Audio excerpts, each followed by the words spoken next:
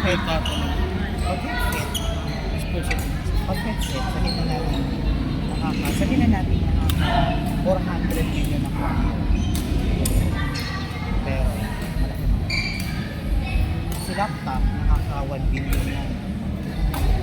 Pero, parang 1 billion, pero parang pareho lang kami. Kasi siya, 1 billion. Pero pareho kami nagkikalit sa bubita siya. Bubita ako na 100 million.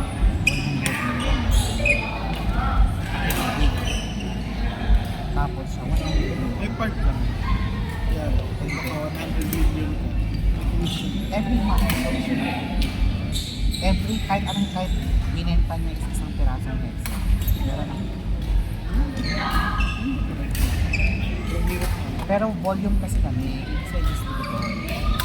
Pag reseller kasi, reseller. Yun.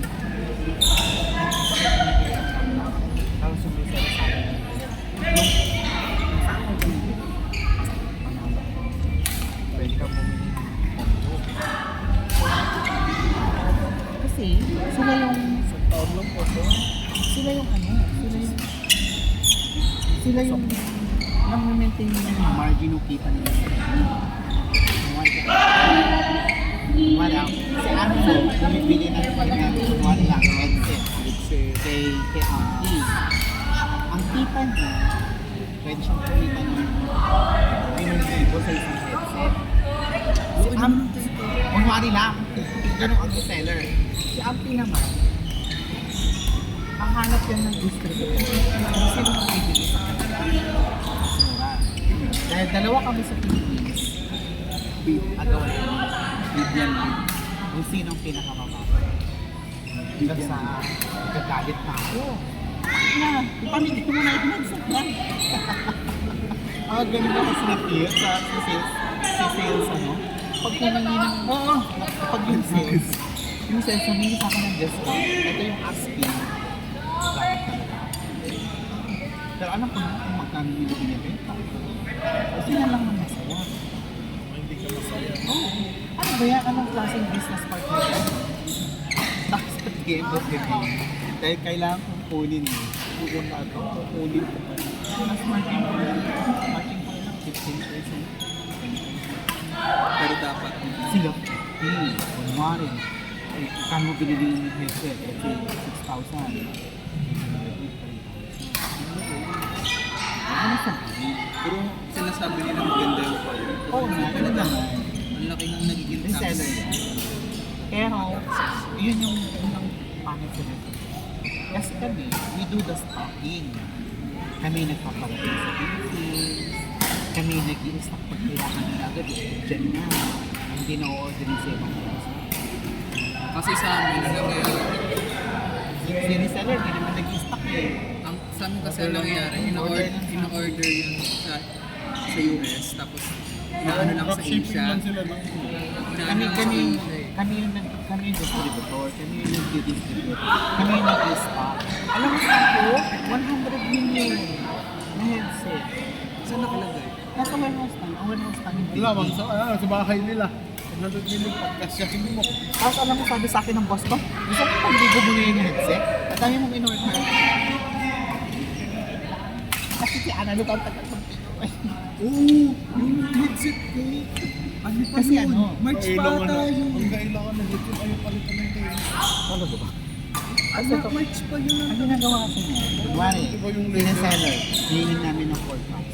O anong forecast mo, auntie? O si Ana na pipili, ganyan niya. Alam naman nila, sila yung end user facing. So ngayon, magpo-forecast sila. Ako naman, ilo-load ko na, order ko yung advance. Paano kung kinancel din? Madami na. That's why mabot yung pagdento dito na sa amin, sa kakalimutan. Pero kasi nila, so nag-forecast na 1,000. Yung headset ko yun. Tapos,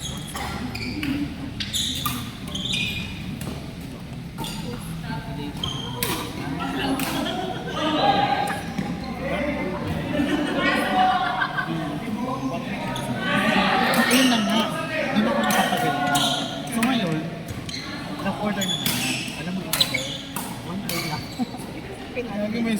pang So, sa kailangan kitang 700 million pa rin yan. Lapit. Tapos, kaya di ka karga ng every quarter na yes. Boses. Yun ang lagi ko napapakan. Kasi pag na meron kasi part dun sa slide may target kasi. inventory. Yun ang tinitignan nila. Tapos yung labas mo nung Tapos yung aging. Kasi ang terms of payment na ito, 1 month lang. Eh 3 months na yung pera ni Mahal yan. Nasa warehouse, natutulog. So, yung mga ano doon, loss of money, ganyan. Ingat, ingat! Eh kung hindi mo kayo ganun problema. Iba yung work na work. Work mo. Ano kami, reseller. Nakahirap ako. Nakakainis talaga. Tapos yun pa yung matawad pa kayo, nakakatawad na parang wala na pera. Siyempre kasi ang dami niya in order. Tapos, Ang lagi kong sinasabi, pamigay mo na yan, pamigay mo na. Yung mga empleyado mo lang yung parang yung makapamigay. Kasi, hindi kasi yung pag nagtano sila. Kumbaga yung cost na yun, mas bilog ko. Telos naman yun. Yung telos, malaki yung telos. Mas ang binibili niya ang rate. Sobra! Sabi ko ano yung kay Ella, yung dito niya. Bak na pinunta niya sa ITV, pinakinggan. functional po. Bakit? Headset pa lang kasi yun. Even Mahal kasi. Eh, yung Kasi mga, ang client, ang empleyado nila nasa 30,000. yung mga ganun kasi yung kailangan niya. Kasi Sword pa nga yun. Yung sa ano, entry level na yung mga tago 1,000 na yung binibili. Ano yun? Kasi parang na-compromise kasi yung quality ng work niyo kaya bumili ng headset. babay na. Alis na kayo? Nagbayad na ba kayo? Libre daw kami. Libre ako. Charek. Ako libre ako. Ha? ONG.